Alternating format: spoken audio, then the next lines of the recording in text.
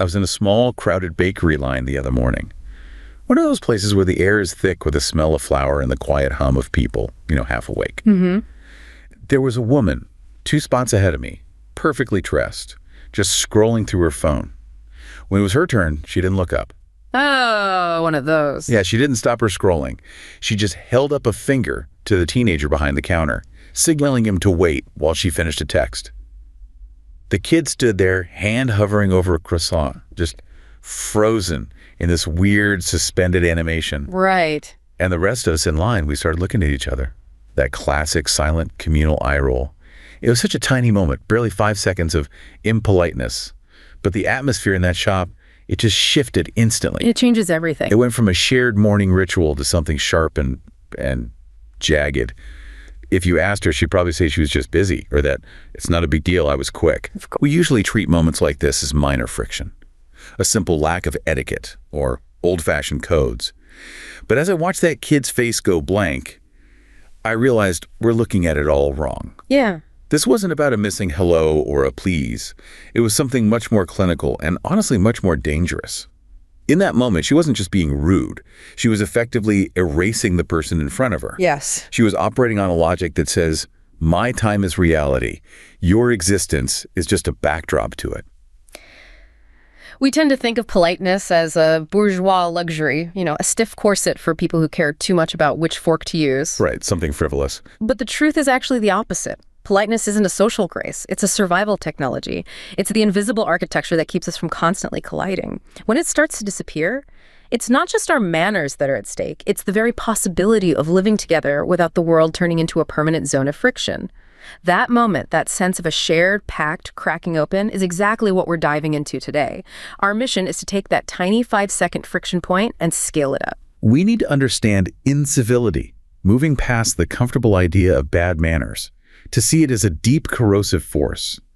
We're going to unpack how the fundamental refusal to recognize others as sensitive subjects impacts everything, from basic social trust to the bottom line of businesses, and ultimately how it actively maintains deep-seated institutional power imbalances. It's a huge scope. It's a complete look at the architecture of friction, from the bakery to the boardroom.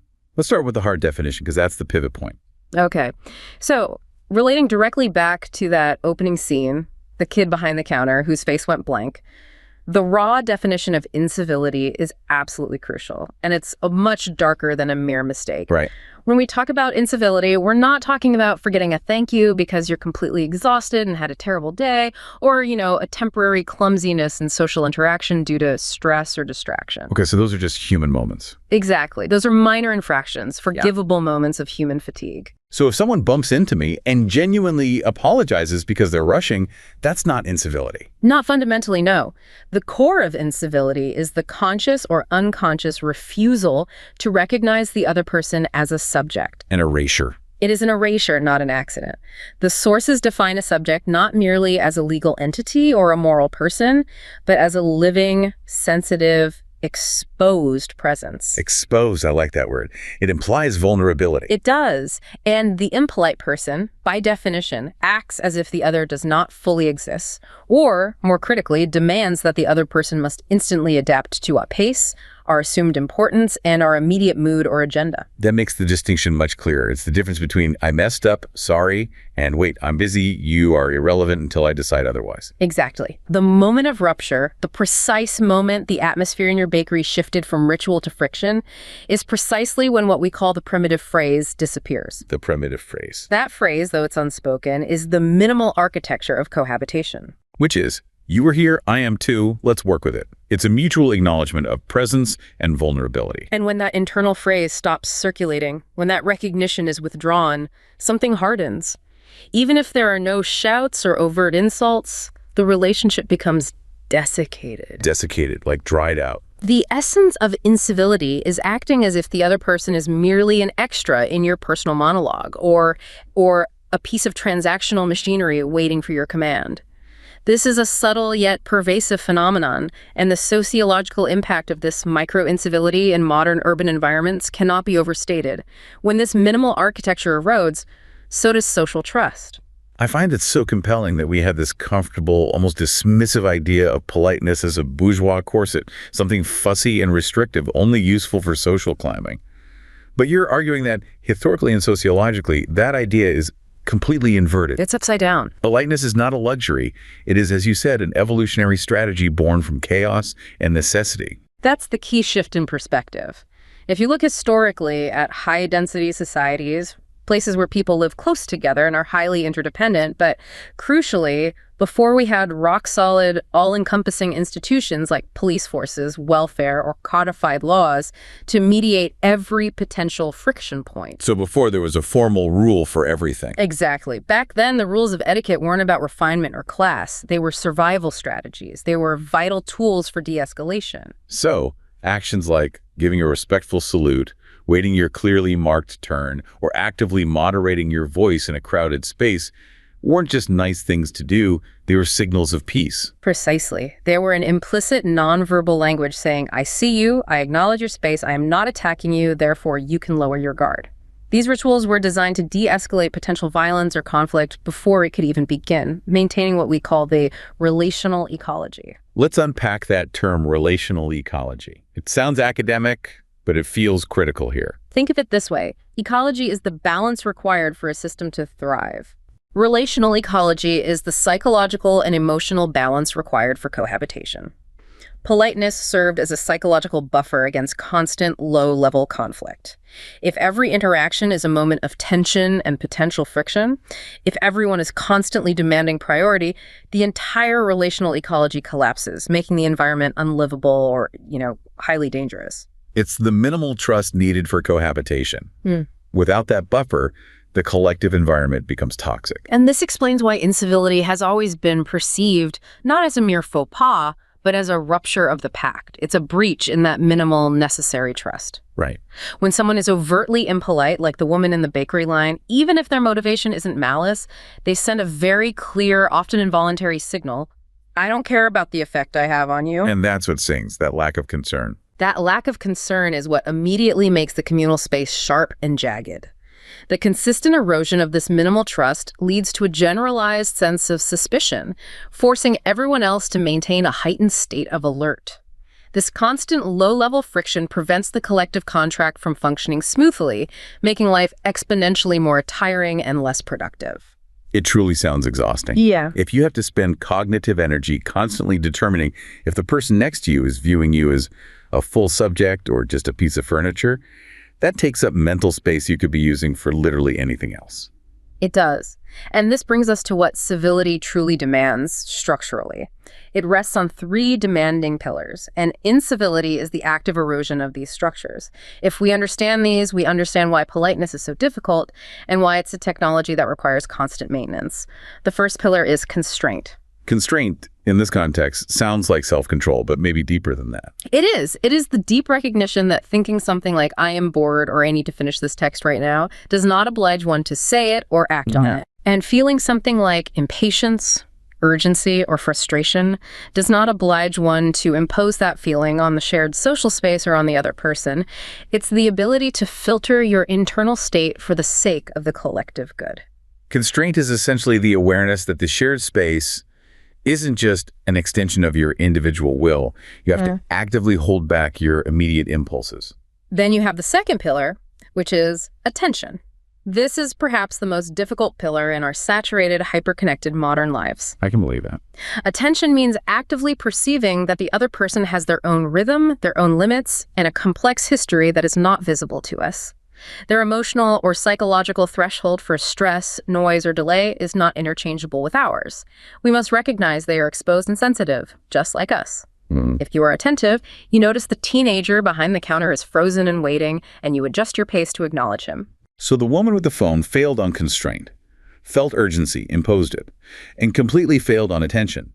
Failed to perceive the rhythm and limit of the employee, treating him as a frozen backdrop. An excellent application. And the third pillar is reciprocity. This is the acceptance that the relationship, whether it is a 2-second transaction in a bakery or a lifelong professional collaboration, is not a monologue with extras. I love that phrase, a monologue with extras. It's powerful, isn't it? It has to be an exchange that requires circulation, a genuine back and forth of time, energy, and respect, not a unilateral capture of attention, space, or time. When any one of these pillars yields, incivility rushes in to fill the void. The failure of reciprocity is the assumption that the other person's function is simply to facilitate your convenience. What's fascinating is how modern incivility manifests. We often picture some dramatic, loud confrontation, a road rage incident, or shouting in the office. Yeah, the big stuff. But the sources point out that modern incivility is usually born not of overt malice, but of saturated, tense lives. People are too stressed, too hurried, and simply lack the cognitive energy to decenter themselves. They are too tired to engage in the constraint and attention required. That tired, rushed quality doesn't lessen the impact, though. It merely changes its texture. It stiffens and desiccates relations, installing a diffuse, permanent hardness in the collective atmosphere. Right. And it's precisely because it's banal, because it's not spectacular. It's just the constant low hum of microaggressions and impatience that it's so dangerous and insidious. It destroys relationships without noise, one transaction at a time. It's death by 1,000 cuts. Let's talk about the specific low-level acts that accumulate to cause this damage. In the verbal realm, we see what the sources call the soft weapon. This is systematic interruption. We're not talking about the occasional accidental or enthusiastic break-in where two people speak at once and laugh it off. We mean the constant reflexive interruption, the habit of jumping in mid-sentence and overriding the other speaker. It's a subtle yet persistent way of declaring intellectual or social superiority. It says, without speaking the words, what you say can wait. What I think is more urgent. And when that happens repeatedly, the discussion ceases to be an exchange of ideas. It becomes a confiscation. You have essentially captured the verbal space, and the person speaking is reduced to a variable in your narrative rather than being recognized as a subject engaged in equal circulation. Over time, the person being systematically interrupted simply stops contributing fully, or they begin to speak only in bursts, feeling the pressure to rush through their thoughts before they are silenced again. It's a profound constraint on agency. Then you have the spatial or physical incivility. This is the silent, almost animalistic way we invade boundaries in public or shared spaces. Yes, this includes talking too close, touching without explicit consent, or imposing volume in any shared space. The person using their phone on speakerphone on a crowded bus, or the neighbor playing music too loudly in an apartment building late at night. The phone on speakerphone in a crowded train is the perfect modern metaphor for treating the other's body as furniture. You are forcing every stranger to listen to your private monologue. It is the moment the other person's body and their intrinsic need for personal space and quiet are no longer perceived as a boundary that must be respected, but merely as part of the decorative background of your personal life. Right. The imposition of noise or proximity becomes a subtle, daily form of taking power and asserting dominance over the collective environment. You are prioritizing your auditory or physical comfort over the collective need for peace. And perhaps the most corrosive form of incivility, the one that truly empties relationships of their vitality, and this one is hard to even police because it's an omission, not an action, is the constant posture of never saying thank you. This is the pervasive assumption that the other person's attention, their dedicated effort, or their very presence in a service role is automatic and expected. It's just their job. Exactly. It is a quiet, discreet incivility, often overlooked precisely because it is the absence of a word, but it systematically empties the relationship of its necessary lifeblood, recognition. Because if you never express gratitude, you are essentially signaling that the other person is merely fulfilling a programmed function, like an ATM. Exactly. If you assume everything is owed to you, you never have to engage the necessary pillars of civility, constraint, attention, or reciprocity, because the other person's effort is assumed to be automatic. This constant absence of gratitude subtly reduces the other person to a function. It's a fundamental failure of subject recognition, even when money is exchanged. The transactional aspect takes over, and the human element is voided. Complete. So we move now from this sociological and personal cost to the measurable economic cost. When people hear politeness, they think soft skills, maybe HR training. But when you get into organizational analysis, the price of incivility is concrete, measurable, and absolutely staggering. It really is. This is where we shift from philosophy to cold, hard numbers. We must transition now to the tangible damage in organizational settings, because incivility is not just about morale. It actively cripples the core economic driver of many companies: cognitive function and creativity. Oh, okay. Researchers conducted a powerful controlled experiment. Participants were brought into a setting and treated rudely by other subjects, often confederates of the experimenter, and the effect on their mental output was, well, it was striking. Tell us about the creativity numbers. How quickly does the brain shut down under stress? The participants who were treated rudely were immediately and measurably impaired. They were 30% less creative than their civil counterparts. 30%. And produced 25% fewer ideas. And the ideas they did come up with were significantly less original, less divergent, and less valuable. I want to focus on the example they used to illustrate this difference, the brick test. It's so simple, yet so illustrative of the cognitive constraint incivility imposes. Yes. In the experiment, the groups were asked to generate as many novel and imaginative uses for a simple, mundane object: a brick. The rudely treated groups, whose mental landscapes were constrained and defensive, tended to suggest only logical, predictable, and unimaginative activities. Use it to build a wall, build a house, use it as a doorstop. They were just stuck in a box. Completely. They were operating in a rigid, safe, problem-solving box. But the civil group suggested uses that showed true mental freedom. They used associative and abstract thinking, indicating their cognitive energy wasn't tied up in processing friction. Precisely. Their suggestions included things like using the brick as abstract art to hang on a museum wall, polishing it and selling it on eBay as a collectible, or decorating it like a pet and giving it to a child as a present. Wow. Civility creates the necessary mental space and psychological safety for imagination and associative thinking to occur. Rudeness, even minor low-level incivility, forces the brain to divert massive resources to defense, threat resolution, and analysis of social standing, consuming all the cognitive bandwidth needed for novel creative thought. I find it hard to believe rudeness affects pure cognition that severely and immediately. Was the effect sustained, or did it compound over time in the experiment?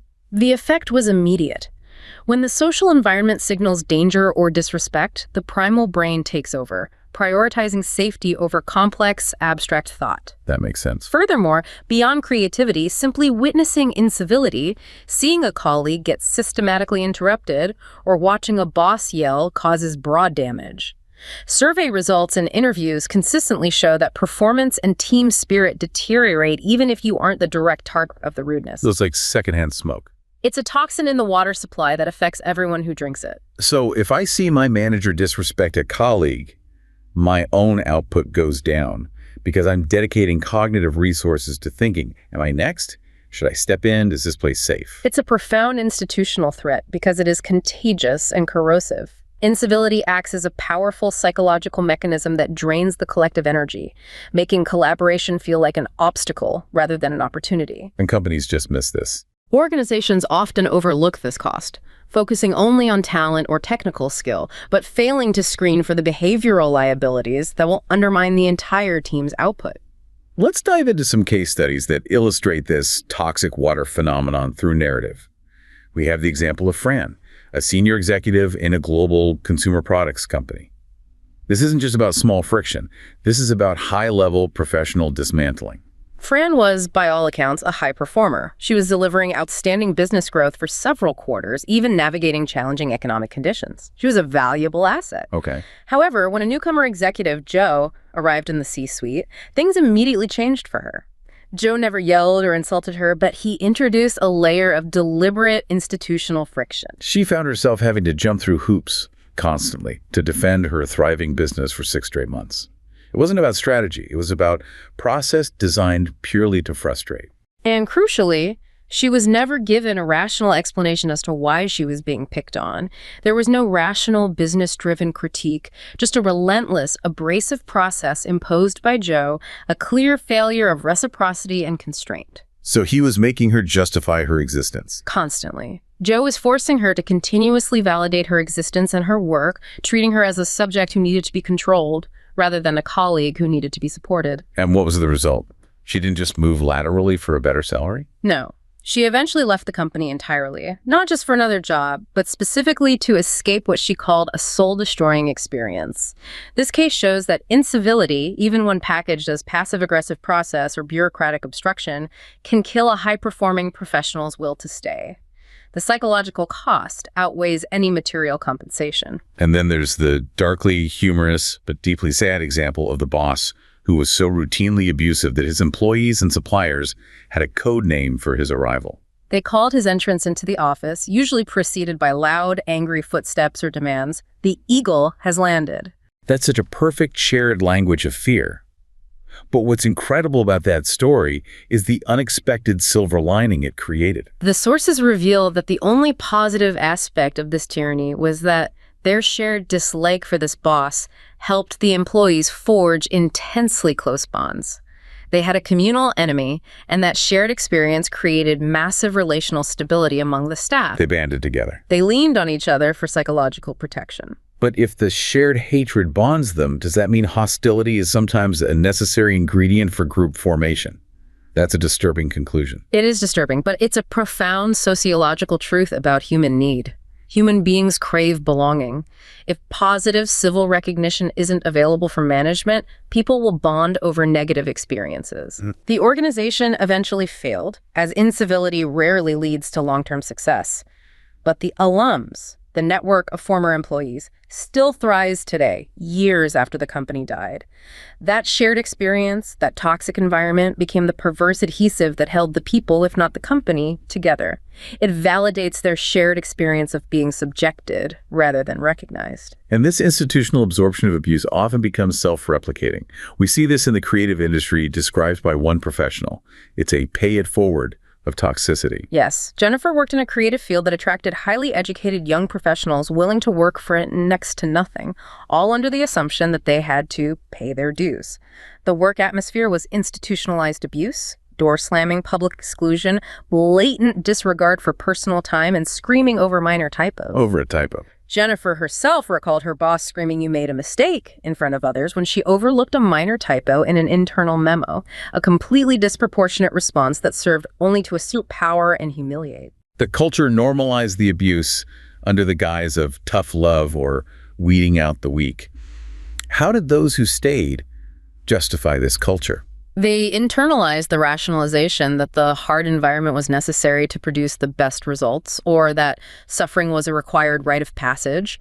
There was extremely high attrition among the low-level staff. Well, unsurprised. But those who survived and stayed seemed to absorb those abusive behaviors they'd been subjected to.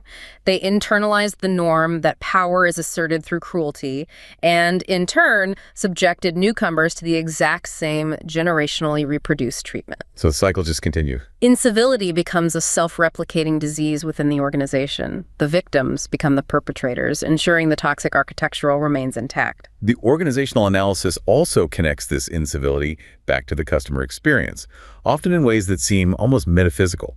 It's not just an internal problem, the friction bleeds outward. This is where Danny Meyer, the owner of many highly successful restaurants, provides an essential perspective. He operates under a very strong, highly publicized belief. He will fire talent, even gifted world-class chefs, for uncivil behavior or chronic disrespect toward staff. But if the chef is rude in the kitchen and never interacts with the public, why does it matter to the diners? What's the tangible link? Meyer believes customers can sense employee incivility even when the behavior occurs entirely out of view in the back of house. He states that the customers can taste employee incivility. Taste it. The bad vibes, the strained, stiff interactions, the resentment among the staff, all of that translates into a negative or rigid experience for the patron, whether it's in the rush plate presentation, the tense energy of the servers, or the lack of cohesive teamwork. So even if the chef's technical skill is perfect, the toxic atmosphere they create contaminates the final product and the entire guest experience. Absolutely. It simply doesn't pay to harbor habitual offenders, even if they're rainmakers or protégés, because the corrosive effect on the relational ecology undermines the core mission of hospitality, which is to create comfort and pleasure.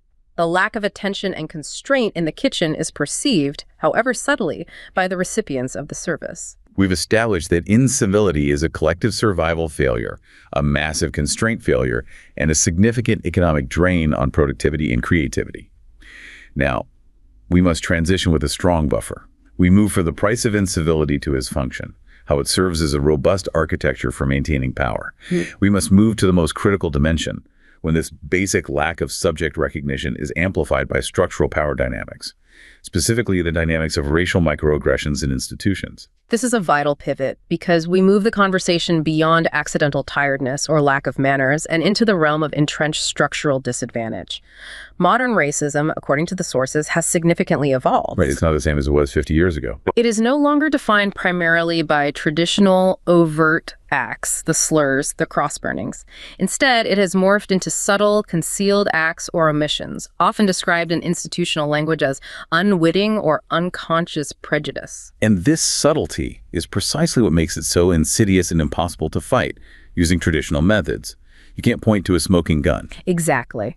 Because it's subtle, it's inherently difficult to sanction, and this difficulty allows dominant groups to deny it, often under the guise of being colorblind or liberal and open-minded. Which shuts down the conversation. It does, and this denial is critical because it maintains institutional structures and upholds white privilege, a mechanism of power that is often taken for granted and viewed as natural or merit-based rather than structurally engineered. Incivility is the daily performance that keeps that architecture in place. The research dives deep into this phenomenon, using the concept of microaggressions, which are those daily slights and insults that communicate hostile or negative messages to people based on their marginalized group membership. And there was a powerful paradox at the heart of the findings from one major study. It's called the microaggression paradox. In interviews conducted within UK higher education institutions, almost all minority ethnic participants described wide-ranging microaggressions, rudeness, insults, exclusion, and invalidating experiences. So they felt it. Yet most of them initially denied experiencing explicit racism. So they were describing in excruciating detail the lived effects of racism, feeling unwelcome, feeling scrutinized, feeling ignored, but they couldn't or wouldn't use the word racism itself to describe the cause.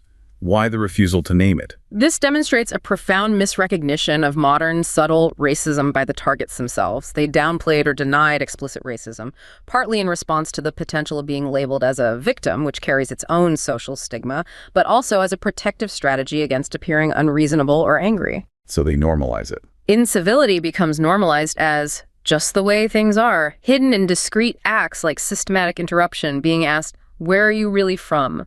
or having their professional judgment constantly questioned. And that reluctance to speak about racism is what assists the conservation of the structures that constrain them.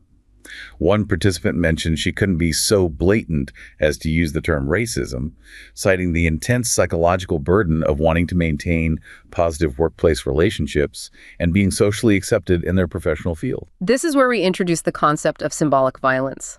When the dominated unwillingly contribute to their own domination by accepting the limits imposed on them, by choosing silence over confrontation, that unwritten rule functions as violence. So the system pressures them into silence. The fear of being labeled a troublemaker, the expectation that they must maintain a pleasant or unthreatening demeanor, forces them to protect the relationship or the social equilibrium more than they protect their own dignity or mental health.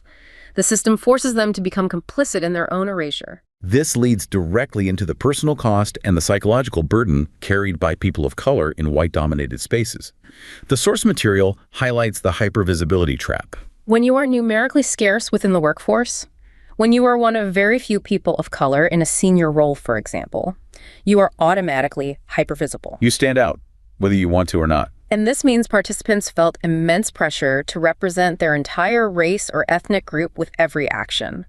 This leads to hyper-awareness of every aspect of how they presented themselves, their language, their style, their mannerisms, their tone. They are constantly scanning their social field to ensure they appear to fit in, comply, and avoid reinforcing negative stereotypes. So they're always performing. They're never just allowed to be. They have to constantly manage the perceptions of others. It's the opposite of being able to relax into your work. It creates a debilitating state of perpetual hyperanxiety and heightened scrutiny, something that dominant groups simply do not have to contend with. One participant, who was professional staff, spoke about how she constantly felt challenged far more than her counterparts once she reached a certain level. She noted that if she were invisible at a lower, less threatening level, she wasn't challenged, but the minute she moved up, the scrutiny amplified. Her competence was constantly put on trial. This pressure forces the creation of specific coping mechanisms, and one participant described this beautifully and painfully as protective detachment. She explained her coping mechanism. It's not about blackness for me, it's my vulnerability that I leave behind, because if I bring it with me, it will be destroyed. Wow.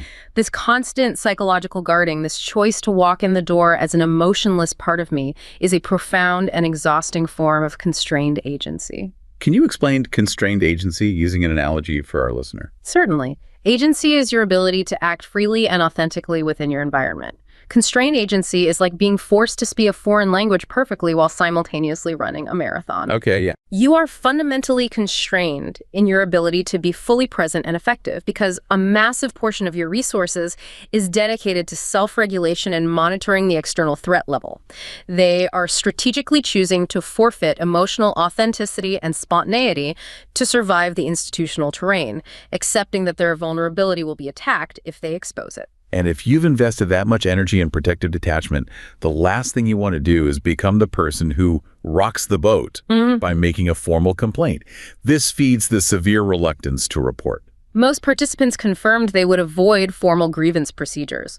One academic participant stated her belief that if you raise a race case, you're doomed anyway. That's it, finish. I've seen many colleagues, they've left the university because life is not easy after that. So it's career suicide. This isn't paranoia, it's a survival tactic rooted in the understanding that confronting institutional racism is career limiting. The risk-reward calculation overwhelmingly favors silence. Why are institutions so resistant to handling these claims directly? Because the grievance procedures themselves are often designed to deter claims of racism, acting as further symbolic violence against marginalized staff. Instead of tackling racism head-on, institutions often prefer a conciliation route, which minimizes the issue, refuses to apologize for structural problems, and prevents the systemic failure from ever being fully acknowledged or sanctioned. So the system protects itself. The system is designed to protect itself from the accusation of racism, thereby maintaining the institutional status quo. This brings us to the highest level of this corrosive incivility. Institutional racism. The research synthesized the experiences of staff within UK higher education institutions and explicitly tested them against a famous definition to determine if the problem was systemic. The definition used was the McPherson definition of institutional racism, which is recognized globally. It describes the collective failure of an organization to provide appropriate and professional services to people due to their color, culture, or ethnic origin. And it's not about intent, right? Crucially, no. This failure is detectable in processes, attitudes, and behavior, and is often rooted in unwitting prejudice, ignorance, or thoughtlessness, not just overt malice. It is a definition focused on outcomes, not intent. What were the findings when UK higher education staff and practitioners were asked to apply this definition to their workplaces? The consensus was staggering. A significant majority of participants, including white staff and high-level practitioners, agreed that UK higher education is institutionally racist based on the McPherson definition. Wow. The consensus was that while overt individual racism has lessened, the core issue is that systems and structures continue to reproduce disadvantage through those subtle daily failures of recognition and inclusion. And the participants had no shortage of examples of this structural incivility. They weren't abstract complaints, they were tangible failures of process. Absolutely. They pointed to the existence of the student attainment gap as a clear collective failure of the sector to provide appropriate services based on ethnicity, a structural incivility against the student body. For staff, they noted unfair promotions, the phenomenon of goalposts moving when people of color applied for advancement. Let's expand on that goalpost moving analogy.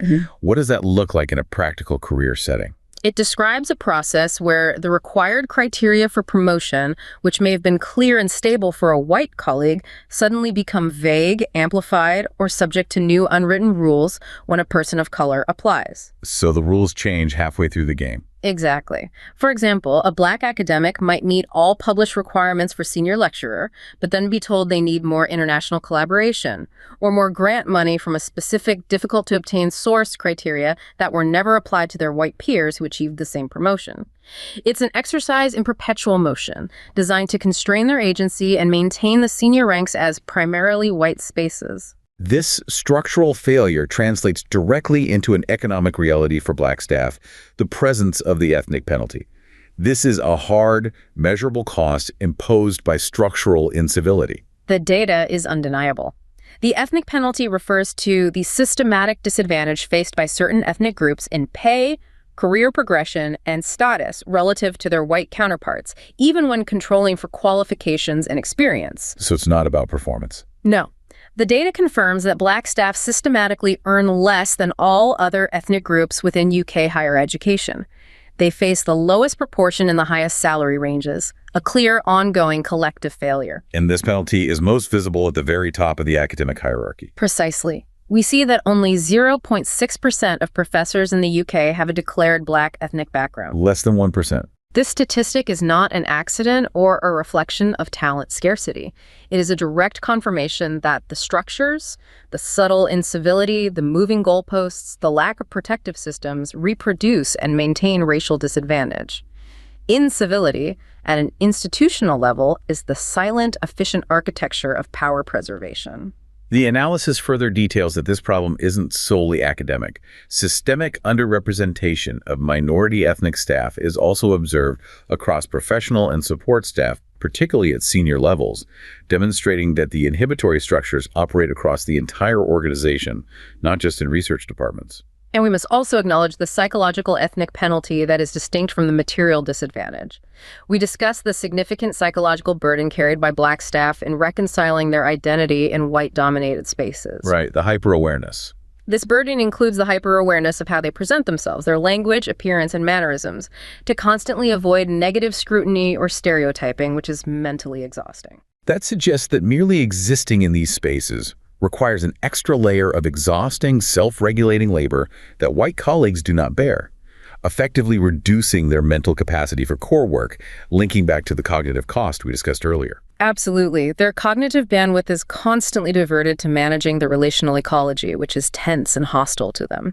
And this burden is sometimes amplified by internal dynamics within ethnic minority groups themselves. How so? The research found that some participants who were born outside the UK expressed stereotypical views toward British-born Black people, suggesting the latter lacked the right attitude or were fixated on unfairness. That's a painful fracture point. The external incivility is so powerful it manages to pit marginalized groups against each other, dividing cohorts regarding who gets to define success within the dominant white framework. It reinforces how deeply the structures are internalized. When survival demands protective detachment and silence, those who speak up against the injustice are sometimes viewed with suspicion by their own cohort because they are perceived as risking the fragile equilibrium established by those who have chosen silence as a strategy. So let's bring this full circle now, from the bakery line to the professorship pipeline.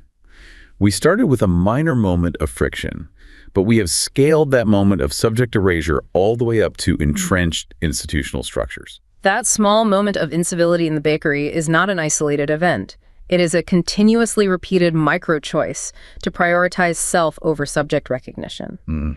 When these micro-choices proliferate, the effects become macro. They erode necessary social bonds, the collective survival strategy. They demolish intellectual output and creativity in organizations, the economic cost. And at their gravest, they maintain power imbalances and structural racism, the architecture of disadvantage. And fundamentally, what does politeness demand? It demands effort. It demands constraint, the ability to hold back your impatience and sense of self-importance and attention. The active, deliberate perception that the person opposite you is a full, sensitive subject with a rhythm and history that deserves respect. Politeness is the work of cohabitation.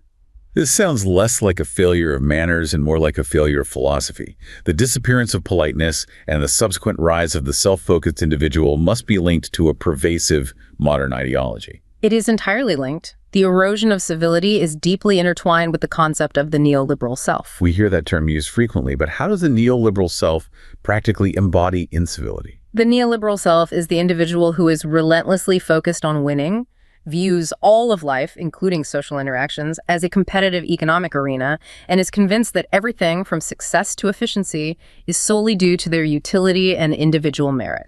This individual often views public space and other people primarily as resources or obstacles to be navigated quickly. They believe that if they are successful, they are owed priority, and therefore they are utterly incapable of the frustration necessary for functioning in a shared civil space. So the woman in the bakery, holding up the line to finish her text, is acting like a competitive economic unit, not a subject participating in a shared ritual. Her time is capital.